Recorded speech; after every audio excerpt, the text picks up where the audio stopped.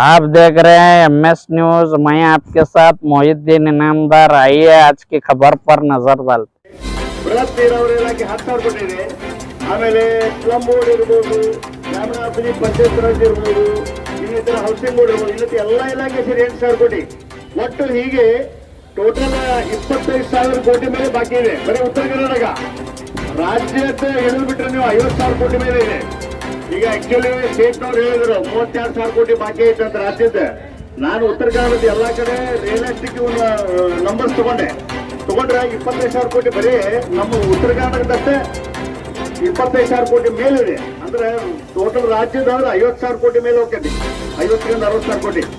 ಈಗ ನಮ್ಮಲ್ಲಿ ಈ ಕೊಡ್ತೇವೆ ಆ ಕೊಡ್ತೇವೆ ಎಲ್ಲ ಇಲಾಖೆ ಇದೆ. ಬೃಹತ್ ನೀರಾವರಿ ಇಲಾಖೆ ಇರ್ಬೋದು, ಆಮೇಲೆ ಸಣ್ಣ ನೀರಾವರಿ ಇಲಾಖೆ ಬರ್ಬೋದು, ಲೋಕೋಪಯೋಗಿ ಇಲಾಖೆ ಇರ್ಬೋದು, ಎಲ್ಲ ಇಲಾಖೆ ಬರ್ಬೋದು. ಸುಮ್ಮನೆ ಮುಗಿ ತಪ್ಪ ಹಚ್ಚು ಕೆಲಸ ಮಾಡಕತ್ತಾರ.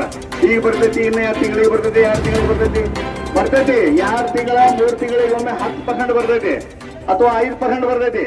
ಅಷ್ಟರವರೆಗೆ ಅಷ್ಟು ಬಿಲ್ಲ ಬಂದ್ಬಿಟ್ಟಿರ್ತಾವ, ಇನ್ನು ಹೆಚ್ಚಿಗೆ ಬಂದಿರ್ತಾವ. ಹೀಗಾಗಿ ಸುಮಾರು ನಾವು ನೋಡಕತ್ತದ್ದು 4 ವರ್ಷದಿಂದ 25,000ರಿಂದ 30,000 ಕೋಟಿ ಒಳಗೆ ರೇಂಜ್ನಾಗ ಬಾಕಿ ಅದಾವ. ಎಲ್ಲ ಗುತ್ತಿಗೆದಾರರು ಮತ್ತು ಕೆಲಸಗಾರರು ಬಂದಿದ್ದೀರಿ. ಈ ಸರ್ಕಾರಕ್ಕೆ ನಾವು ವಿನಂತಿ ಮಾಡ್ತಾ ಇದ್ದೇವೆ. ಸಾಕಷ್ಟು ಇಲ್ಲಿ ಹಿರಿಯರು ಮಾತಾಡಿದ್ದಾರೆ. ನಾವು ತೆರಿಗೆ ಕಟ್ಟಿ ನಿಮ್ಮ ಹತ್ರ ಭಿಕ್ಷಾ ಕೊಡು ಪಳೆ ಬಂದ. ಒಂದು, ನಾನು ಇಲ್ಲಿ ರಾಜಕೀಯವಾಗಿ ಬಂದಿಲ್ಲ, ಗುತ್ತಿಗೆದಾರ ಏನು ನೋಡಿದ್ರೆ ಆ ನೋವನ್ನು ನೋಡಿ ಬಂದಿದ್ದೀನಿ ನಾನು. ಯಾಕಂದ್ರೆ ನಾವು ಮಹಾನಗರ ಪಾಲಿಕೆಯಲ್ಲಿ ಅವ್ರ ಕೈಯಲ್ಲಿ ಕೆಲಸ ಯಾವ ರೀತಿ ತಗೊಂಡಿದ್ದೀವಿ. ಅವ್ರು ಹಗಲೂ ದುಡಿತಾರ. ಅವರು ಬಿಸಿಲು ಗಾಳಿ ಮಳೆ ಅನ್ನೋದೇ ಒಬ್ಬ ಗುತ್ತಿಗೆದಾರ ಹಿಂದೆ ಕನಿಷ್ಠ 50ರಿಂದ 100 ಮಂದಿ ಅವಲಂಬಿಸಿರ್ತಾರೆ. ಮಕ್ಕಳು ಶಾಲೆ ಫೀ ಕಟ್ಟೋದಾಗಲ್ತು, ಬ್ಯಾಂಕ್ನವರು ಸಾಲಗಾರ ಮನೆ ಬರಾಗ್ತಾರ. ತದನಂತರ ಅವ್ರಿಗೆ ಯಾರಿಗಿನ ಮನೆ ಆರಾಮ್ ತಪ್ಪರೆ ಹಾಸ್ಪಿಟಲ್ ದುಡ್ಡು ಕಟ್ಟೋದಾಗ್ತಾ ಇಲ್ಲ. ಮತ್ತು ಅವ್ರು ತೆಗೆದುಕೊಂಡ ವಾಹನಗಳನ್ನ ಯಾವುದೇ ವಾಹನ ಇರಲಿ ವಾಹನ ಕಂತು ಕಟ್ಟೋದಾಗಲ್ಲ. ಈ ರೀತಿ ಪರಿಸ್ಥಿತಿ ಅವ್ರು ಇದ್ದಾಗ ನೀವು AC ರೂಮಲ್ಲಿ ಕುತ್ಕೊಂಡು ರಾಜಕಾರಣ ನಾಟಕ ಮಾಡ್ತಿದ್ದಾರ. ದಯವಿಟ್ಟು ಬರೀಲಿ. ಆ ಬಿಸಿಲಿನಲ್ಲಿ ಗುತ್ತಿಗೆ ತೆಗೆದುಕೊಂತ ತ್ರಾಸು ತೊಂದರೆ ಅವ್ರು ನೋವು ಎಲ್ಲ ಬಂದ್ಬಿಟ್ಟು ನೀವು ಮಾತಾಡ್ರಿ. ನೀವು AC ರೂಮಲ್ಲಿ ಕುತ್ಕೊಂಡು ಆಶ್ವಾಸನೆ ಕೊಡಬೇಕಾಗಿಲ್ಲ. ನಾವು ಇದಕ್ಕೆ ಸರ್ಕಾರದಿಂದ ಇಲ್ಲಿವರೆಗೆ ಪಡ್ಕೊಂಡಿದ್ದಾರೆ ನಮ್ಮ ಗುತ್ತಿಗೆದಾರರು. ಇನ್ನು ಮುಂದೆ ಸಹನೆ ಕಟ್ಟೆ ಹೊಡಿಬಾರದಪ್ಪ ಅಂದ್ರೆ ನೀವು ಇದಕ್ಕೆ ಸೂಕ್ತ